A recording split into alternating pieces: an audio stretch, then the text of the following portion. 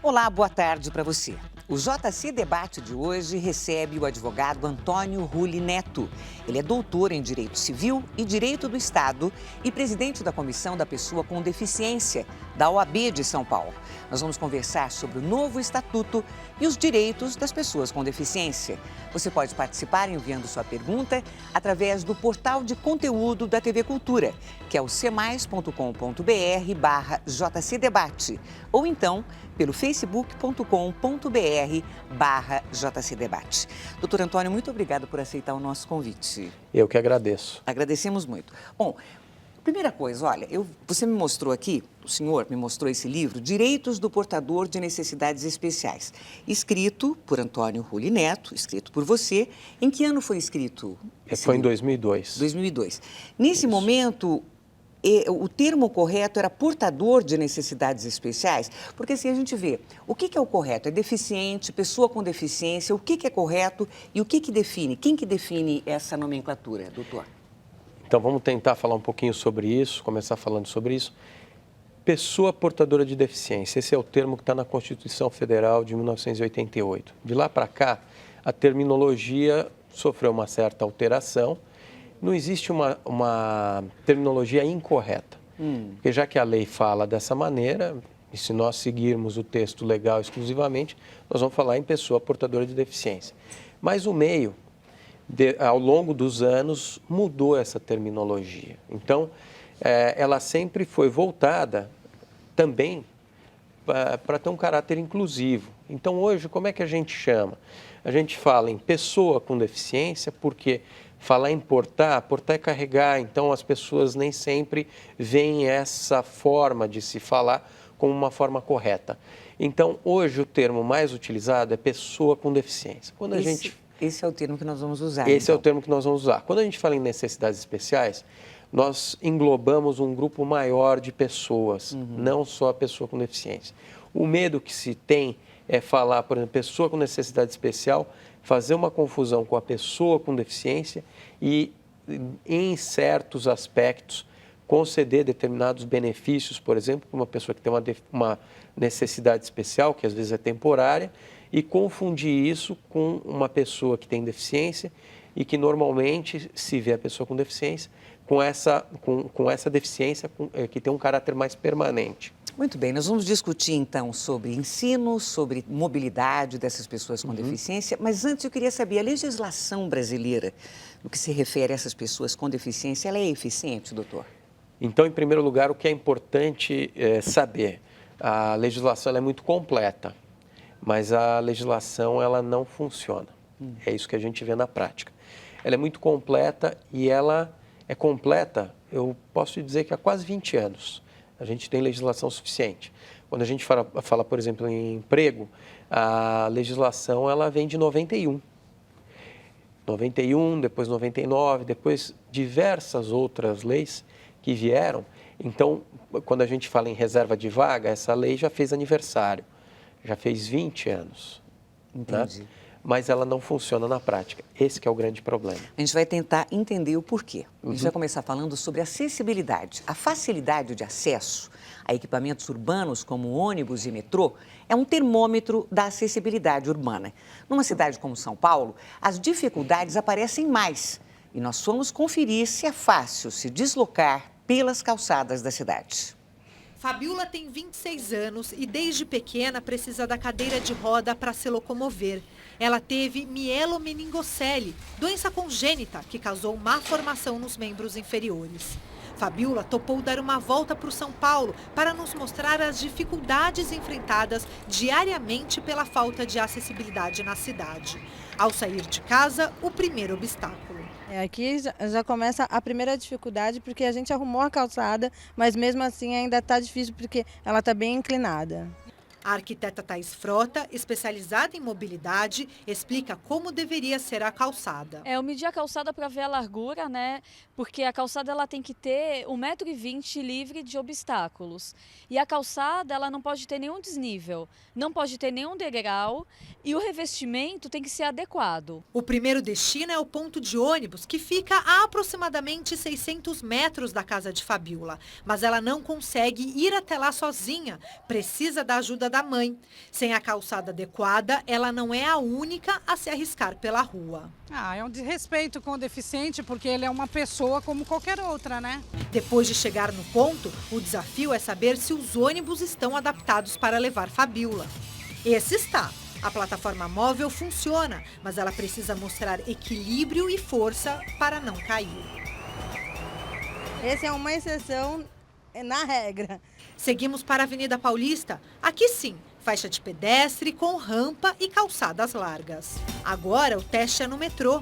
A rampa dá acesso até o elevador que vai levar para a plataforma. Dentro do metrô, o sistema mostra acessibilidade. O metrô ele é plenamente acessível para todas as pessoas. Tanto pessoas de cadeira de roda, cego, pessoa daltônica, obesa, tem até banco reservado para pessoas obesas. Toda a parte de sinalização, instrução, sinalização em braille, sinalização tátil, é 100% acessível. Depois de muito sobe e desce, Fabíola chega ao destino final. Uma maratona enfrentada com coragem todos os dias, mas que não tira o sonho, a vontade e o direito de ir para qualquer lugar. A cidade é de todo mundo, né? E se o lugar não está pronto para receber todas as pessoas, o lugar é deficiente. Doutor, o que diz a legislação sobre mobilidade dessas pessoas com algum tipo de deficiência? Então, mais uma vez, nós temos uma série de leis que tratam de mobilidade. Se nós começarmos pela Constituição lá de 88, quando ela trata todo mundo como igual, a partir daí a gente já fala em mobilidade. Nós temos legislação em 89, em 2004, várias leis em todos os municípios brasileiros. E um ponto que merece destaque é a Convenção Internacional dos Direitos da Pessoa com Deficiência, que é um decreto que desde 2009 está em vigor aqui no Brasil. Esse decreto que trouxe para o sistema brasileiro essa convenção, ele dá força a essa convenção por conta de uma emenda, a emenda 45, de norma constitucional. E nós nos prendemos muito no Brasil à legislação. E eu vi aqui o caso da Fabíola, que é lamentável, porque esse decreto, que é um decreto importante, ele não traz esses pormenores. E a questão da calçada, por exemplo? Da calçada, se tem que ter 1,20 m, 1,5 m e tal. Então, muitas vezes nós nos prendemos a esses detalhes sem perceber que hoje tem uma norma constitucional que diz o seguinte, que tem que ter acessibilidade. Então, se vai ter 1,20 m... Mas não é específica, por exemplo? Ela assim, não por é exemplo, específica. Nos ônibus, como deve ser, é isso? Não, a convenção ela não é específica. E isso é melhor ainda. Sim. Mas a gente tem que ter uma lei para sempre dizer que, então falta lei, não vou fazer. Sempre algum tipo de detalhe para não se cumprir a lei. Isso já existe há muitos anos, já deveria ter sido cumprido. E hoje, em termos de acessibilidade, aqui para o Brasil, todas as cidades, não importa como, elas têm que estar acessíveis. O que significa acessibilidade? Tornar acessível, dar acesso a todas essas pessoas, desde que isso não gere um ônus absurdo para o poder público, ele tem que encontrar meios de dar acessibilidade para essas pessoas. Às vezes, até se usa a lei, a norma da ABNT, 9050, e outras, se usa isso para dizer, olha, sabe o que aqui eu não consigo fazer uma calçada com a inclinação ou sem inclinação, ou por causa da largura, tudo para não cumprir. Entendi. Tá? Eu vou te dar um exemplo rapidamente, que era a questão dos cuidadores nas escolas. A Lei de Diretrizes e Bases diz o seguinte, educação especial, e vamos dizer educação em geral, ela tem que ter os meios para que ela seja cumprida. E a gente sabe que há crianças com necessidades especiais que precisavam de um cuidador. E em muitas situações o poder público dizia, olha, como eu não tenho lei específica, eu não vou cumprir. Então não punha a criança na escola. Entendi. Tá? Sobre as escolas, a gente vai ver uma reportagem. Em termos de educação, o Brasil tem mais de 45 milhões de alunos nas escolas de vários níveis. E entre os matriculados, mais de 500 mil têm algum tipo de deficiência, seja física ou mental. A inclusão desses alunos em classes regulares ainda gera polêmica, mas é um direito garantido por lei. Cada passo no desenvolvimento de Letícia é uma conquista para toda a família. Aos 7 anos, portadora de síndrome de Down, Letícia está prestes a iniciar o 2º ano do ensino fundamental, matriculada numa escola pública regular de São Paulo. Eu acho que a criança com síndrome de Down ela tem capacidade de acompanhar as outras crianças normais.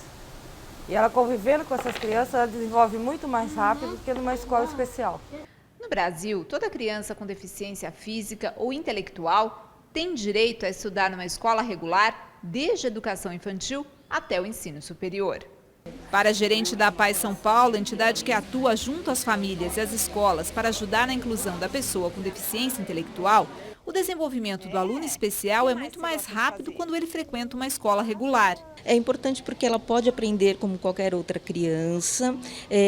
Isso é o que se pratica hoje no mundo inteiro, não é? E aqui não vai ser diferente, porque ela tem total possibilidade de aprendizagem. A fonoaudióloga da PAI reconhece que ainda há um longo caminho para que todas as escolas e professores estejam preparados para atender o aluno especial. Mas nessa jornada, toda a sociedade se beneficia. Os alunos crescem enquanto pessoa, né? Eles aprendem a respeitar o diferente, aprendem a olhar para o outro como diferente, eles sabem que existe a diferença sim, mas aprendem ao mesmo tempo a respeitar essa diferença, de tratar o outro como igual, respeitando as diferenças que ele tem. Doutor Antônio, por que esse assunto ainda é controverso no Brasil? Então, o grande problema é o seguinte. Primeiro, esse foi um grande passo. Essa então, união, antes era separado, né? Então, antes era separado. Especial. A gente sabe que o ensino especial, em algumas situações, realmente não há como a criança se incluir numa sala de aula, mas essa não é a regra. Essa é a exceção. Esse foi um ponto muito importante na educação, porque ela atua nos dois lados. Ela tanto funciona para a criança que tem deficiência, como para todas as outras crianças, para aprenderem com a diversidade a respeitar todos por conta dessa diversidade. Agora, qual é a polêmica em tudo isso? A polêmica, na verdade, é a falta de preparo em muitas situações, e é óbvio, a gente tem que reconhecer que aqui no estado de São Paulo, principalmente, foi feito um trabalho muito grande nos últimos 15, 20 anos, no sentido de realmente se incluir e se dar um ensino adequado a essas crianças. Mas ainda há um problema por falta de formação, de medo de receber essas crianças e, por conta disso, um preconceito também. De como receber uma criança que tem uma necessidade especial educacional numa sala de aula. Então, existe o medo, existe o preconceito, quando, na verdade, devia ser o contrário, porque é um direito, as crianças devem estar na sala de aula, sempre que possível, elas têm que ser incluídas no ensino normal, no ensino como qualquer outra criança, e realmente existe esse problema, esse preconceito, o medo de receber, talvez até pelo medo de não saber como lidar. Então, um preparo de pessoas para isso. Sim. E também estrutural, escolas melhor preparadas para isso. Também estrutural. O grande problema, ao que parece, e por todas as reclamações e comentários que acabam chegando, são nesse sentido. Falta, muitas vezes, pessoal que consiga atender as crianças que têm algum tipo de necessidade especial. Vamos falar sobre a lei de cotas? Vamos lá. Olha, um projeto de lei em debate no Congresso pode reduzir a contratação de pessoas com deficiência. É a vontade de trabalhar que traz essas pessoas para o curso de rotina administrativa da Fundação para Cegos Dorina Nowil, na Zona Sul de São Paulo. Para a gente voltar para o mercado de trabalho, tem que estar sempre atualizado, né? Dados de 2011 do Ministério do Trabalho mostram que quase 330 mil portadores de deficiência estão empregados no país. O número poderia ser maior se a lei de cotas fosse cumprida. Desde 1991, as empresas com mais de 100 funcionários são obrigadas a contratar deficientes sob pena de multa. Para nós, não basta que a empresa contrate. Há que se dar condições dignas de trabalho para esse trabalhador, eliminar-se as barreiras que porventura existam para que ele possa bem desempenhar a sua função. Essa foi a situação enfrentada pela Maria Aparecida. Na empresa onde eu estava trabalhando, os computadores não eram adaptados à minha deficiência, né? Então eu tive muita dificuldade, né, para ir no ritmo deles, né? Então eu acabei pedindo demissão. Agora, além da falta de condição no trabalho e o preconceito, um projeto de lei pode atrapalhar a contratação dos deficientes.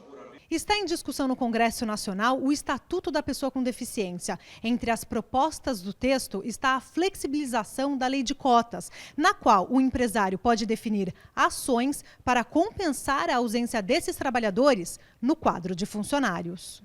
Pelo projeto, o empregador pode trocar a contratação pelo repasse de uma verba para instituições que atendam deficientes. Estou facilitando uma receita que vai fazer com que a entidade passe a trabalhar na contramão da inclusão. Porque ela vai ser dependente dessa receita e, portanto, por que eu vou promover a inclusão e por que eu vou ensinar, vou dar a esse indivíduo a condição de independência? Doutor Antônio, explique melhor para a gente, por favor. Então, esse projeto ele faz parte do novo estatuto, é isso que está sendo discutido. E esse projeto, entre aspas, prevê a flexibilização da participação do empregador. Ele deixaria de ser obrigado a contratar e contribuiria com dinheiro, é isso? Isso. Existe mais de um projeto, existe o estatuto que trata disso.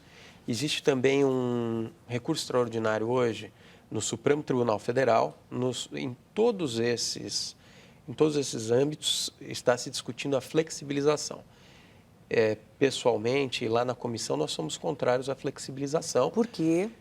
Porque a flexibilização ela vai na contramão da inclusão. Isso está completamente errado. Mas nós entendemos que, em algumas situações, realmente tem havido a dificuldade de contratação por preconceito, por falta de meios mesmo de inclusão. As empresas não estão preparadas, não tem, por exemplo, acessibilidade. A Madeleine, a moça, falou sobre o computador que não era preparado para ela. Isso é uma regra, então, muitas vezes a pessoa é contratada simplesmente para cumprir tabela, vamos dizer, para cumprir a lei, e ela não tem meios para trabalhar. Então, contratam, colocam o sujeito na cozinha, como é caso concreto, puseram algumas pessoas com deficiência na cozinha. Então, na cozinha do refeitório da empresa, deixaram lá, tal, depois veio aquela confusão, contratou, não contratou, aí redistribuíram, mas simplesmente para cumprir a lei. Nós, na comissão, fizemos uma proposta pela qual não há flexibilização, mas há, em caráter temporário, com o acompanhamento do Ministério Público, a adoção de obrigações alternativas. E quais são essas obrigações alternativas? Não são necessariamente dinheiro, mas são medidas que promovam a inclusão. Dentre elas, o fornecimento de cursos, por exemplo, de formação, para que essa pessoa efetivamente consiga entrar no mercado de trabalho, porque essa também é uma barreira. A dificuldade por conta da falta de algum tipo de formação. As empresas que não contratam o número suficiente, elas são multadas, é isso? Elas são multadas, mas isso hoje está em discussão, porque não existe uma lei específica dizendo multa e tal. O Ministério Público do Trabalho tem feito um trabalho bastante incisivo na contratação, mas é um pouco difícil, porque as empresas sempre utilizam a ideia de que não é possível contratar, porque eles colocam esses anúncios tal, e eles não conseguem as pessoas. Só que um dado que é bastante curioso e vai completamente contra esse argumento é o seguinte: aumentou o número de pessoas com deficiência no mercado de trabalho e diminuiu o número de pessoas com deficiência empregadas. E a questão da flexibilização ela é perigosa, porque a ideia de flexibilizar é realmente não contratar. Um rápido intervalo. O JC Debate volta daqui a pouquinho. Hoje nós recebemos o doutor Antônio Rulli Neto, presidente da Comissão da Pessoa com Deficiência da OAB de São Paulo. A gente volta já. Nós estamos de volta com o JC Debate. Hoje nós recebemos o advogado Antônio Rulli Neto, presidente da Comissão da Pessoa com Deficiência da OAB de São Paulo. Doutor Antônio, duas perguntas aqui de telespectadores. O Jean da Silva Santos tem 20 anos e é de Guariba. E ele pergunta: as pessoas que têm deficiência física têm direito a qualquer tipo de trabalho na área comercial? Qualquer tipo de trabalho. A lei não faz nenhum tipo de diferenciação. O que acontece é que em determinadas situações, a gente sabe, por exemplo, área de risco, áreas restritas, então aí pode haver, mas na verdade não é bem uma restrição legal, é uma restrição A lei não faz nenhum tipo de diferenciação. É uma restrição mais de ordem prática, né? A Ana tem 35 anos e é de São Carlos. Ela gostaria de saber se a pessoa cega de um olho é considerada pessoa com deficiência. Sim, a visão monocular, ela gera deficiência, é reconhecida. E mais recentemente também se reconheceu a deficiência para a pessoa com perda auditiva, perda unilateral. O TST reconheceu também como pessoa com deficiência. Vamos acompanhar mais uma reportagem. Um festival gastronômico, este ano em São Paulo, contou com a presença de chefes muito especiais. Eles são portadores de síndrome de Down e mostraram que, apesar das suas limitações, acertaram no tempero do prato. Edmilson está todo orgulhoso preparando o pinhão para ir para a panela. Esse pinhão foi que fiz, esse pinhão. Enquanto isso, na cozinha, Zeca ouve com atenção cada dica da chefe Carla Falcone. Quando for mexer, segura aqui, tá? O que será que vai nesse prato tão especial? Cenoura, vagem, shiitake, shimeji e sal. Já esta outra dupla conta com o chefe Aimar de Paula e... o chefe Wilson. Esses animados jovens são alunos do projeto Chefes Especiais. Desde 2006, Márcio e Simone oferecem oficinas gratuitas de gastronomia para crianças e adolescentes com síndrome de Down. O objetivo é despertar nessa turma autoestima e autonomia. Que hoje eles sobrevivem aos pais, né? Então essa autonomia é muito importante. Geralmente ficam com irmãos, com familiares ou até em outros lugares, mas que eles possam fazer suas próprias refeições, gerar sua própria renda, ou mesmo sentirem-se úteis onde quer que eles estejam, né? Os profissionais que colocam a mão na massa aqui são todos voluntários. Vêm para ensinar e aprender. Eles são muito alegres, divertidos e muito competentes. Só precisam de dicas, como qualquer outra pessoa. E se depender da empolgação desses chefes, esses pratos prometem.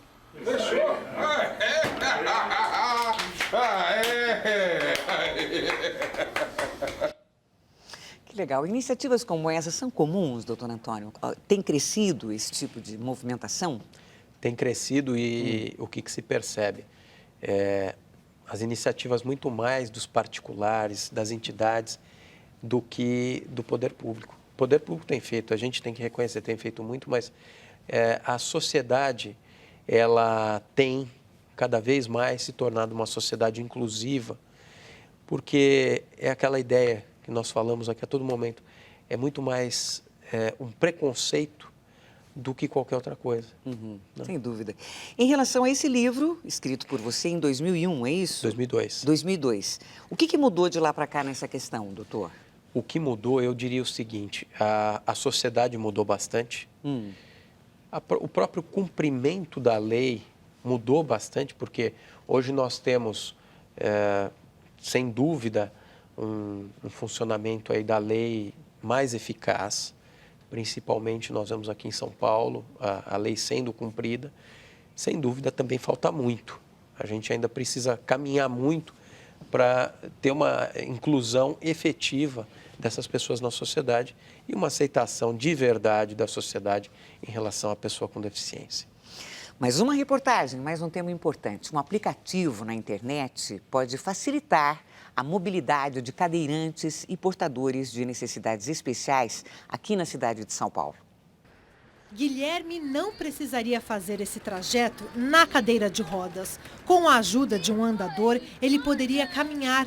Mas com calçadas assim, cheias de buracos, sem rampas e com trechos em que é preciso ir pela rua, a locomoção dele só é possível com a ajuda da mãe. A rua é muito buraco, sem rampa, totalmente sem asfalto. Pensando na falta de acessibilidade da cidade de São Paulo, esse publicitário desenvolveu um projeto similar ao Google Street View, o aplicativo que disponibiliza na internet vistas panorâmicas de várias partes do mundo. Eduardo pensou em fazer a mesma coisa, só que com o olhar de um deficiente físico. A proposta é registrar os endereços de ruas e calçadas em más condições.